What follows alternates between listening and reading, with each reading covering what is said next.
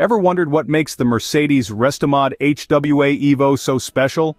This modern marvel is more than just a car. It's a statement of artistry and engineering brilliance. With only 100 units set to hit the roads, exclusivity is guaranteed. Stay tuned as we unravel the unique features and specifications of this masterpiece. The new Evo is not just another car, it's a testament to Mercedes' design evolution. This model takes a bow to its predecessor, the original 190 E2.5, 16 Evo II, but it's not the same old song and dance. The new Evo sits lower, stands wider, and owns the road with an authoritative presence that is impossible to ignore. Its aggressive stance is a clear departure from the past, marking a new era in design. But it's not just about the looks, the real magic lies under the hood. The HWA Evo departs from its predecessor under the hood, boasting a powerful engine that's a game-changer.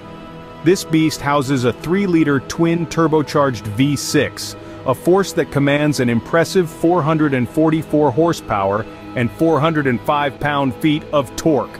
But the power doesn't stop there. Opt for the Affalterbach package, and you're looking at a staggering 493 horsepower. This is not just a car, it's a beast waiting to be unleashed. With great power comes a great price tag.